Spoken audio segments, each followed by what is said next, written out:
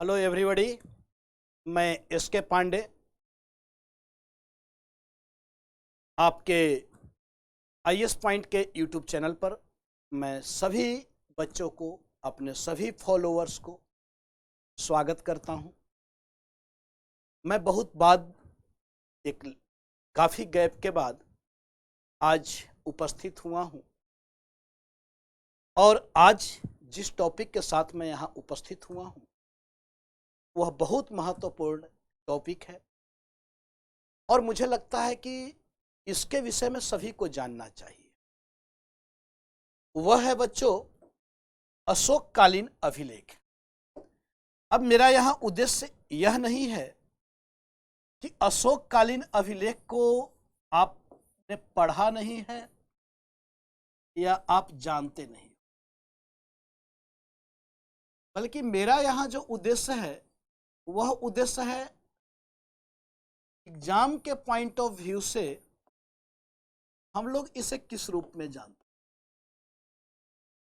क्योंकि कुछ ऐसे इतिहास में शासक हैं जिनको लेकर चाहे इतिहास विषय में किसी की जिज्ञासा हो या ना हो, लेकिन जानना अवश्य चाहते हैं, समझना अवश्य चाहते हैं। कुछ ऐसे इवेंट्स भी हैं, कुछ ऐसे घटनाएं भी हैं, कुछ ऐसी लड़ाइयां भी हैं जिसको लेकर हमारी दिलचस्पी बनी रहती है। उसी में एक महत्वपूर्ण व्यक्तित्व का व्यक्ति अशोक भी है। अब अशोक मौर्य काल का आप देखो तो एक महत्वपूर्ण शासक है। बहुत कम ऐसे शासक हैं विश्व स्तर पर जिन्हें द ग्रेट की उपाधि से संबोधित किया गया है, जिन्हें महान माना गया हो। और अशोक अपने कार्यों के वजह से महानतर शासक में उसकी गणना भी होती है। मेरा यहां उद्देश्य ओवरऑल उस पर चर्चा करना नहीं है, क्योंकि एग्जाम बहुत करीब है और प्रश्न इससे पूछा जाता है। लेकिन दो तीन बातों को हम लोग यहां पे जानने का प्रयास करेंगे, समझने का प्रयास। जैसे अशोक को आप देखें तो इसने, क्योंकि हमारा जो टॉपिक है वह अशोककालीन अभिलेख है, और अगर इस पे डिस्कशन किया जाए अशोक के ऊपर तो वह एक आध क्लास में या 2 से 4 घंटे में मुझे नहीं लगता है कि अशोक की उपलब्धियों को बताया जा सकता है। जितनी बड़ी इसकी उपलब्धियां रही हैं, चाहे वह धर्म से संबंधित हो, प्रशासन से संबंधित हो या फिर व्यक्तिगत जीवन से संबंधित। लेकिन हमारा जो टॉपिक है वह अभिलेख के संदर्भ में। तो पहले तो हम लोग देखें कि अभिलेख कैसे लिखवाया और क्यों लिखवाया। तो आप सब यह जानते हैं कि अशोक ने अभिलेख लिखवाने की जो परंपरा की जो शुरुआत की वह डेरियस प्रथम से प्रेरित होकर, जो एक ईरानी शासक था, हखामणि वंश का शासक डेरियस प्रथम। क्योंकि भारत पर सबसे पहला जो विदेशी आक्रमण हुआ वह इसी वंश का हुआ था, हखामणि वंश का ही, डेरियस प्रथम के द्वारा। और इसके कुछ अभिलेख भी मिले हैं जो हमें एशिया माइनर क्षेत्र से बोगज कोई अभिलेख प्राप्त हुए हैं। और इसी से प्रेरित होकर अशोक ने भी अभिलेख लिखवाने की परंपरा की शुरुआत की। क्योंकि बच्चों, आपको जहां तक पता है, आप भी यह जानते हो कि मौर्य साम्राज्य एक बहुत बड़ी साम्राज्य है, बहुत बड़ी साम्राज्य थी। अगर उसकी साम्राज्यिक सीमाओं को आप देखें तो उत्तर में जम्मू कश्मीर से लेकर और दक्षिण में जो शोध हैं जो बताते हैं वह कोलार की पहाड़ी तक, यानी कर्नाटक तक। वहीं अगर उत्तर पश्चिमी क्षेत्र में हम लोग देखें तो वह ईरान से उसकी सीमाएं सटती थी, यानी काबुल, कंधार, ये सारे जो क्षेत्र थे उस समय मौर्य साम्राज्य के अधीन थे। वहीं पूर्व में आप देखें तो यह बंगाल तक इसकी सीमा है। यानी एक बहुत बड़े भारतीय उपमहाद्वीप के क्षेत्र पे और साम्राज्य विस्तृत है। उस समय यातायात के साधन नहीं, संचार के साधन नहीं, आज की तरह प्रिंट मीडिया नहीं था, इलेक्ट्रॉनिक मीडिया नहीं था कि जहां पर शासक अपनी बातों को जनता तक आसानी से पहुंचा सके। अशोक ने इसके लिए जिन माध्यमों का उपयोग किया उसमें शिलालेख और स्तंभ लेख को हम देख सकते हैं। शिलालेख यानी आप कहें कि उसने बड़े बड़े चट्टानों के ऊपर उसने लेख लिखवाए, अपनी राजकीय घोषणाओं को जारी किया कि लोगों तक वह अपनी बातों को पहुंचा सके। उसी प्रकार उसने कुछ स्तंभ लेख भी उत्कीर्ण कराए। स्तंभ लेख की एक खास विशेषता यह थी कि जो भी स्तंभ लेख थे वह सभी एक ही पत्थर से निर्मित थे, जो चुनार के लाल बलुए पत्थर था। इसलिए उसको एकास्मक भी कहा गया है, क्योंकि वह एक ही पत्थर से निर्मित है। दूसरी बात बच्चों की, यह जो अशोक के जो अभिलेख हैं, यह अभिलेख जैसा कि हमने अभी चर्चा किया हमें दो आधारों से मिलते हैं। एक तो शिलालेख, शिलालेख शिलालेख जिसे रॉक एडिक्ट कहा जा रहा है, और दूसरा जो है वह है स्तंभ लेख, जिसे पिलर एडिक्ट्स के नाम से जाना जाता है। स्तंभ लेख, स्तंभ लेख। अब यह जो शिलालेख भी है, यह शिलालेख भी आप देखें तो इसका भी उपविभाजन है, जिसमें एक दीर्घ शिलालेख, दीर्घ शिलालेख, और दूसरा जो है वह है लघु शिलालेख। दीर्घ शिलालेख और लघु शिलालेख।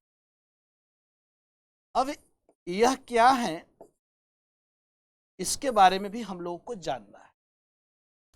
इसके साथ साथ स्तंभ लेख, तो इसका भी उपविभाजन है, और इसका भी उपविभाजन यानी दीर्घ स्तंभ लेख, मेजर पिलर एडिक्ट्स, दीर्घ स्तंभ लेख, और इसके साथ साथ माइनर पिलर एडिक्ट्स यानी लघु स्तंभ लेख, लघु स्तंभ लेख, लघु स्तंभ लेख। तो इस प्रकार से यहां भी इसका हम देखते हैं कि विभाजन है। अब यह जो दीर्घ शिलालेख है, इन दीर्घ शिलालेख को आप देखें तो इसकी जो संख्या है यह 8 स्थानों से हमें प्राप्त हुई, 8 स्थानों से, और इस पे 14 लेख खुदे हुए हैं, 14 लेख खुदे हुए। यह जो लघु शिलालेख है इसकी संख्या 18 है, 18 है, जो माइनर रॉक एडिक्ट्स हैं, अलग अलग स्थानों से, जिसमें कुछ तो बहुत महत्वपूर्ण है।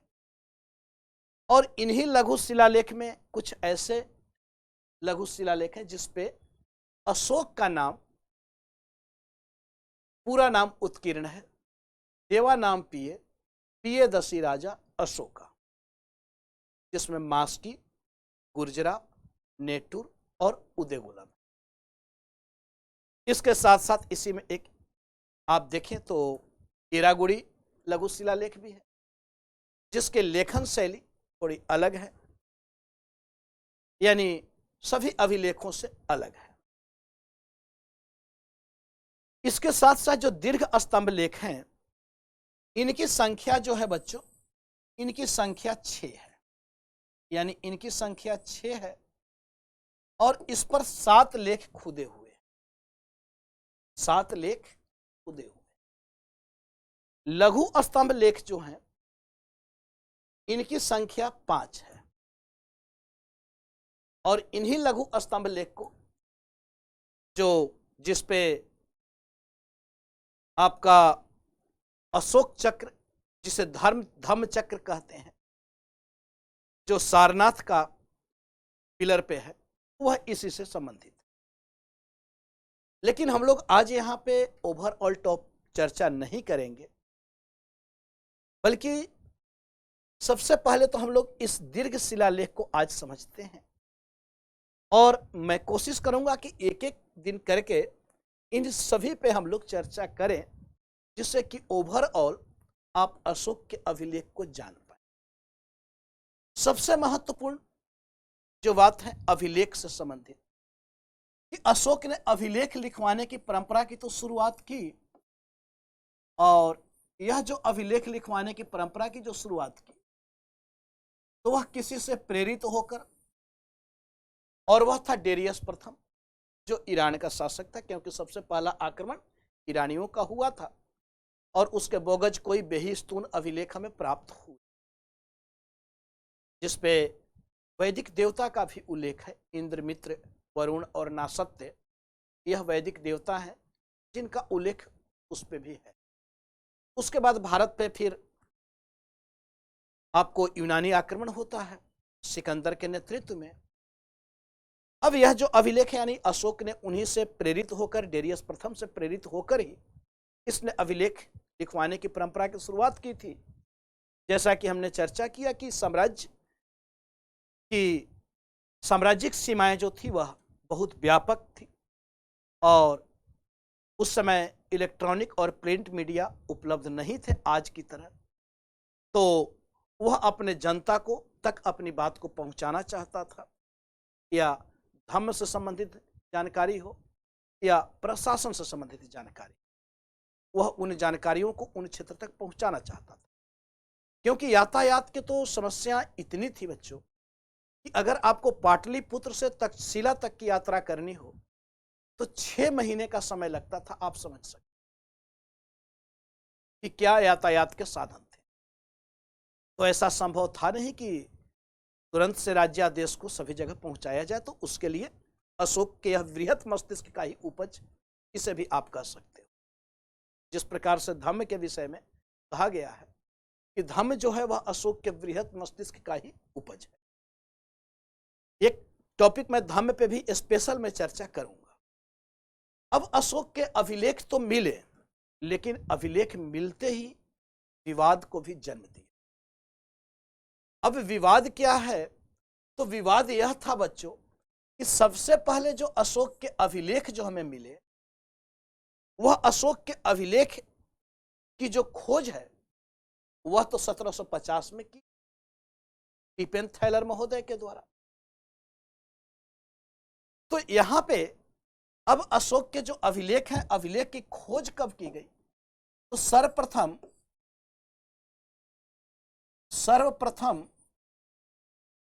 टिपेनथैलर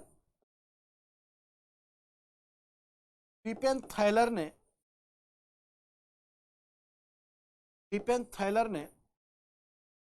हाँ, सर्वप्रथम टिपेनथैलर ने 1750 ईस्वी में इसकी खोज की। 1750 ईस्वी में खोज की। ठीक है, तो 1750 ईस्वी में सर्वप्रथम खोज की गई, और सर्वप्रथम इसको जो पढ़ा गया बच्चों, वह किसने पढ़ा? तो सर्वप्रथम इसे टिपेनथैलर महोदय ने खोज की, और इसे पढ़ने का जो काम किया गया वह जेम्स प्रिंसेप के द्वारा किया। तो सर्वप्रथम इसे जेम्स प्रिंसेप ने पढ़ा। जेम्स प्रिंसेप ने इसे पढ़ा। तो पहले तो यह दो महत्वपूर्ण बातें। अब जेम्स प्रिंसेप ने कब?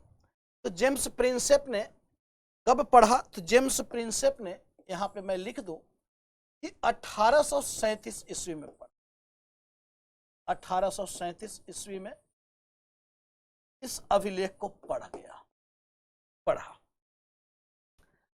अब यहां पे समस्या क्या है कि यह जो अभिलेख था, अशोक का जो अभिलेख, इस अभिलेख की भाषा जो है वह भाषा तो प्राकृत है।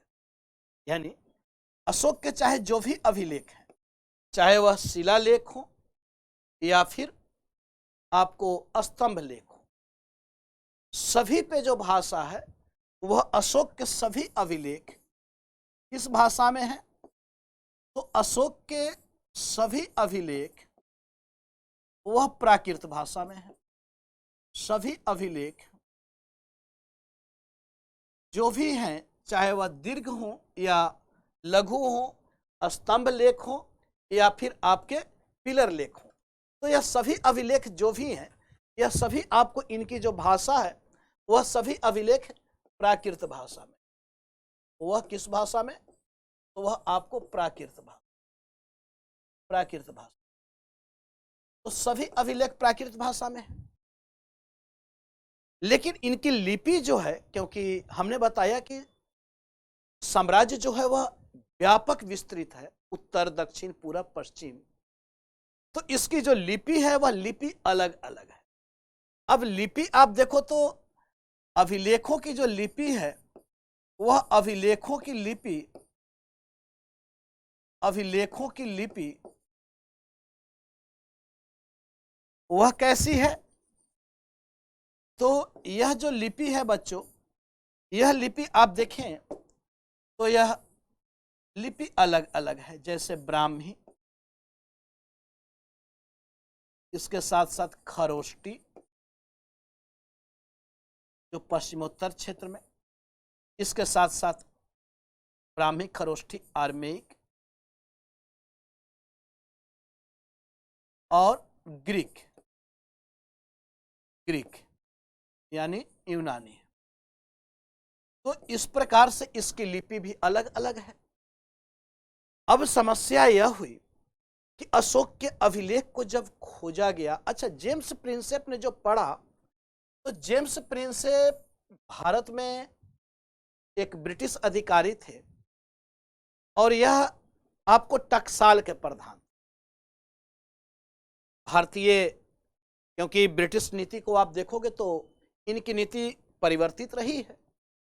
जब यह पहले आते हैं तो वाणिज्य व्यापार करते हैं, तो इनकी नीति अभी भारत के अतीत का ही यह गुणगान करते हैं। और ईस्ट इंडिया कंपनी भी उन्हीं लोगों को भारत भेज रही है जो भारतीय भाषाओं को जानते हैं या जो भारतीय रीति रिवाज को जानते हैं, समझते हैं। उसी में जेम्स प्रिंसेप भी थे, टिपेन थैलर भी थे, क्योंकि अभी जो कंपनी को है वह व्यापारिक अधिकार प्राप्त था। अब यह जो आए जेम्स प्रिंसेप, तो इन्होंने पढ़ने से पूर्व की जो घटना है वह बड़ा अलग है। जैसे अशोक के जो अभिलेख है उस पे इन्होंने देखा कि यह तो पहले तो एक तो लिपि को, क्योंकि यह ठीक है ब्राह्मी खरोष्टी, लेकिन अशोक इसे धम्म लिपि कहा करता, अशोक इसको धम्म लिपि कहता था। अब यह लिपि पहले पढ़ी नहीं गई। अब पढ़ी नहीं गई, सबसे पहले जैसे ग्रीक जब उस क्षेत्र में पाया गया तो यह हुआ कि भाई यह है क्या, यह जो अभिलेख है यह है क्या? तो जो पश्चिमोत्तर क्षेत्र में जो पाए गए थे उसके विषय में कहा गया कि यह जो उस समय के जो विद्वान थे, तो उन विद्वानों ने बताया कि यह सिकंदर के द्वारा इसको खुदवाया गया था, लिखवाया गया था। जब सिकंदर ने भारत में पोरस को पराजित किया था, तो इसी उपलक्ष्य में उसने ये लेख लिखा, जिसमें लिखा हुआ है कि सिकंदर के द्वारा पोरस पराजित हो। तो पहले तो यह विद्वानों ने, क्योंकि उस पे ग्रीक है, यूनानी है, आर्मेइक है। अब दूसरी ओर आप देखो तो जब इधर अभिलेख जब मिले तो इधर अभिलेख मिले, तब इसमें हुआ कि भाई कैसे इसको पढ़ा जाए। अब जेम्स प्रिंसेप तो पढ़ नहीं पाएगा, तो क्योंकि अब होता क्या है कि सबसे पहले यह जो दिल्ली मेरठ जो अभिलेख था, जिसको फिरोज शाह तुगलक ने 2 अभिलेख को लाया था, स्तंभ लेख थे, एक दिल्ली मेरठ और दूसरा दिल्ली टोपरा जो हरियाणा में है और मेरठ उत्तर प्रदेश। तो इन दोनों अभिलेखों को, स्तंभ लेख को, यह फिरोज शाह तुगलक के समय में इसको आपको लाया गया कहाँ, तो दिल्ली लाया गया। बहुत ही सुंदर और आकर्षक स्तंभ थे। अब जब इन दोनों स्तंभ को दिल्ली लाया गया तो दिल्ली लाने के बाद अब इसको हुआ कि पढ़ा कैसे जाए। तो फिरोज शाह तुगलक के समय में एक इतिहासकार थे अफीफ। अब अफीफ महोदय को कहा गया कि भाई आप पढ़िए या आप बताइए। तो अफीफ महोदय ने कहा कि देखिए, यह भीम का गदा, भारतीय लोग, उन्होंने, अफीफ ने इसका वर्णन भी किया है, तो उन्होंने बताया कि यहाँ के जो लोग इसे भीम का गदा कहते हैं। भीम का गदा कहते हैं क्योंकि इसमें ऐसा कहा जाता है कि इसमें जो लिखा हुआ है तो यह आपको पांडवों के वनवास का वर्णन किया गया, कि इसमें पांडवों के वनवास के विषय में बताया गया है और यह भीम का गदा है और बहुत ही खूबसूरत था। अब इसको फिरोज शाह तुगलक ने दिल्ली मंगवाया और दिल्ली मंगवाने के लिए उसने एक विशेष गाड़ी का, उसने एक विशेष इसके लिए गाड़ी बनाया जो आपको 25 या 26 पहियों की कोई गाड़ी थी, उसको बनवाया गया और उसको रेशम पे रखा गया कि कहीं खरोच ना लगे। क्योंकि पहले विद्वानों का यह मानना था कि यह बड़ा कोई धातु वातु का बना हुआ है, किसी ने बताया कि यह चांदी का है, किसी ने, क्योंकि यह था तो उसके ऊपर, लेकिन इतना चमकीला, इतना आकर्षक था कि इसे लोग मेटल का बना समझा करते। उसके बाद आप देखें तो कुछ और भी उसके समय में जो विद्वान थे जो फिरोज शाह तुगलक के अनुकूल बातें करना चाहते थे, तो उन्होंने बताया कि यह जो अभिलेख है इसमें तो लिखा हुआ है कि आप ही के द्वारा इसको दिल्ली मंगवाया जाएगा, इसे कोई हिला भी नहीं सकता है फिरोज शाह तुगलक के अलावा। उधर जब जेम्स प्रिंसेप ने जब इसकी खोज की और उसने बनारस में भी संपर्क, क्योंकि बनारस उसमें शिक्षा का प्रमुख केंद्र हुआ करता था, तो बनारस में भी उसने संपर्क किया कि भाई कोई इसको पढ़ ले और बताए कि क्या है। खैर आगे चलकर इसको जेम्स प्रिंसेप ने पढ़ा, तो जेम्स प्रिंसेप ने जो पढ़ा तो उसमें सिर्फ एक ही चीज को इसने पढ़ा, वह क्या, कि इसमें देवानाम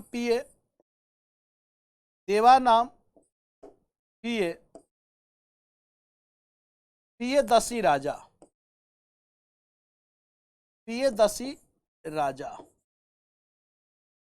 कि यह जो अभिलेख है यह किसी देवानाम पियदसी राजा का अभिलेख।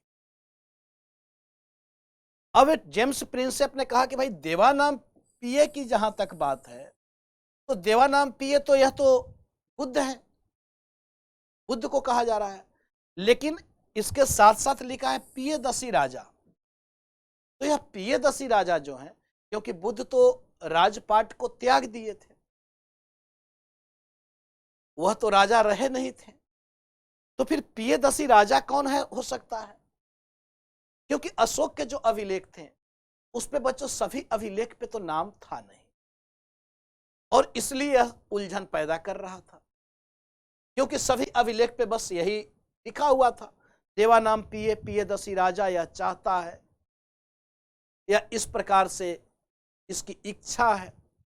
तो अब विद्वानों के बीच में यह बड़ी समस्या कि भाई देवानाम पिय, कुछ तो बाद के इतिहासकारों ने कुछ ऐसा भी लोगों ने माना कि यह देवानाम पिय नाम के भी कोई शासक था, यह उसी का अभिलेख है। कुछ लोगों ने इसे भीम का गदा बताया, अलग अलग, कुछ लोगों ने इसे सिकंदर का अभिलेख बताया कि इसने पोरस को जो इसने पराजित किया था तो उस उपलक्ष्य में इसने उत्कीर्ण करवाया है।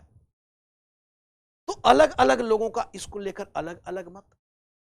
समस्या अब यह है, अलग अलग क्षेत्र में था और इन सब पे देवानाम पियदसी। अब देवानाम पिय, क्योंकि अशोक के बहुत सारे अभिलेख तो मिले भी नहीं थे, वह तो बाद में अशोक के कुछ अभिलेख मिलते हैं ना, जिसमें उसका नाम देवानाम पियदसी अशोक है, जिसमें 4 महत्वपूर्ण अभिलेख है, जिसमें मास्की जो कर्नाटक में है, गुर्जरा जो मध्य प्रदेश में है, उसके साथ साथ नेटूर और उदयगोलम, यह दोनों भी कर्नाटक में है। तो मात्र 4 ऐसे अभिलेख हैं। वह कौन? जिसमें अशोक नाम लिखा हुआ है। वह है मास्की, इसके साथ साथ गुर्जरा,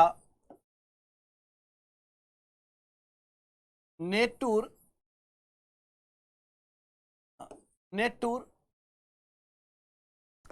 मास्की, गुर्जरा, नेटूर और उदयगुलम। यह मात्र 4 ऐसे अभिलेख हैं जिसमें देवानाम पीए अशोक लिखा हो। यह आपको मास्की, यह कर्नाटक में है, यह आपका गुर्जरा, यह आपको मध्य प्रदेश में है, यह नेटूर, यह आपको मैसूर, कर्नाटक, और उदयगुलम, यह भी आपको कर्नाटक। तो मात्र तो 4 ही थे जिसमें देवानाम पीए अशोक है। अब जब इसे पढ़ लिया गया जेम्स प्रिंसेप के द्वारा, तो समस्या तो यह है कि भाई यह देवानाम पीए दसी राजा है कौन? इसी समय आप देखो तो एक सिविल सर्वेंट अधिकारी हुआ करते थे जो आपको श्रीलंका में थे। वह उस समय के सिविल सर्वेंट अधिकारी थे जिनका नाम था टर्नल, और यह टर्नल आपको श्रीलंका में अधिकारी थे। और उस समय यह दीपवंश और महावंश जो बौद्ध ग्रंथ है, इसका यह अध्ययन कर रहे थे, इसको ट्रांसलेट कर रहे थे। उसी में यह लिखा हुआ था कि देवानाम पीए दसी अशोक जो चंद्रगुप्त मौर्य का पौत्र और बिंदुसार का पुत्र है।